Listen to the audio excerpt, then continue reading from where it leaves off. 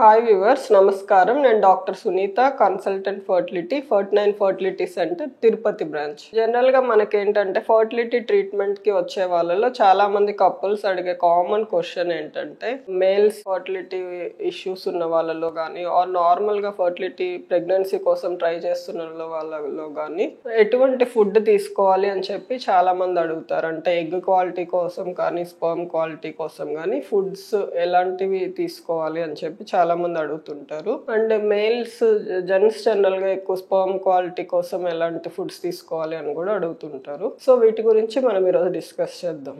General గా ఏంటంటే మనం ఈ ఎగ్ కానీ స్పర్మ్ కానీ క్వాలిటీ కోసం యాజ్ ఏ హోల్ కొన్ని పాయింట్స్ అనేటివి మెయిన్ అనమాట. అంటే ఫుడ్ లో ఏమేమి ఉండేటట్టు చూడాలి అంటే antioxidants plus vitamins like B vitamin, C vitamin, D vitamin ఇవి మెయిన్. నెక్స్ట్ మినరల్స్ కూడా అంటే జింక్, సెలీనియం, మెగ్నీషియం, ఇలా కాల్షియం ఇవన్నీ కలిపి ఉండేటట్టు చూసుకోవాలి. సో వీటిల్లో చూసుకున్నట్టయితే ఒమేగా 3 ఫ్యాటీ యాసిడ్స్ అనేది కూడా చాలా ఇంపార్టెంట్. ఇవి almonds, next walnuts and fish, non veg తినే వాళ్ళలో అయితే ఫిష్, సాల్మన్ ఫిష్ లో ఇట్లా ఒమేగా 3 ఫ్యాటీ యాసిడ్స్ అనేటివి ఎక్కువగా ఉంటాయి. దీంతో పాటు నెక్స్ట్ వస్తే డార్క్ చాక్లెట్, గార్లిక్ వీటి వల్ల ఏంటంటే ఎక్కువగా బ్లడ్ సర్క్యులేషన్ అనేది ఇంప్రూవ్ అయ్యి కార్డియాక్ ఇష్యూస్ ఎలాగైతే తగ్గుతాయో మనకి స్పర్మ్స్ కూడా అంటే టెస్టిస్ కి వెళ్లే బ్లడ్ సప్లై ఇంప్రూవ్ అవడం వల్ల టెస్టోస్టెరాన్ లెవెల్స్ రెగ్యులేట్ అయ్యి స్పర్మ్ ప్రొడక్షన్ కి,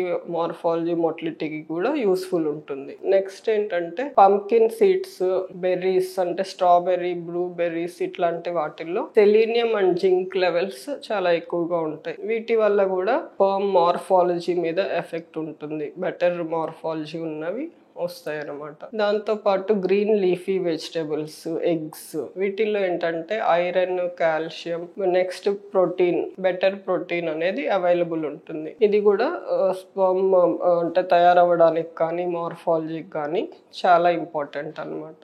దీంతో పాటు ఇంకా అదర్ ఫుడ్స్ తీసుకున్నట్లయితే as a whole fruits and vegetables ఎక్కువ ఉండేటట్టు చూసుకోవాలి. లైక్ ఫ్రూట్స్ లో బనానాస్ అండ్ పోమోగ్రానేట్స్ అనేది చాలా ఇంపార్టెంట్ అన్నమాట. అదర్ ఫ్రూట్స్ అయినా ఏదైనా జ్యూస్ రూపంలో కాకుండా కట్ ఫ్రూట్స్ ఉండడం బెటర్. వెజిటేబుల్స్ లో కూడా ఎక్కువ deep fried and over cooked ఉండకుండా మీడియం ఫ్రైడ్ ఆర్ సలాడ్స్ రూపంలో ఉండడం బెటర్ రిజల్ట్స్ అనేటివి వస్తాయి అన్నమాట. సో ఈ అన్ని ఫుడ్స్ తీసుకుంటూ కూడా నెక్స్ట్ లైఫ్ స్టైల్ బెటర్ గా ఉండేటట్టు చూసుకోవాలి. లైక్ అంటే స్లీపింగ్ హ్యాబిట్స్ కానీ, ఎక్సెసివ్ స్ట్రెస్ కానీ, లేదంటే నెక్స్ట్ స్మోకింగ్, ఆల్కహాల్ హ్యాబిట్స్ ని అవాయిడ్ చేయడము, అవుట్ సైడ్ జంక్ ఫుడ్స్ ని అవాయిడ్ చేయడము ఇవి కూడా చాలా ఇంపార్టెంట్ అన్నమాట. So hope this video is informative for you.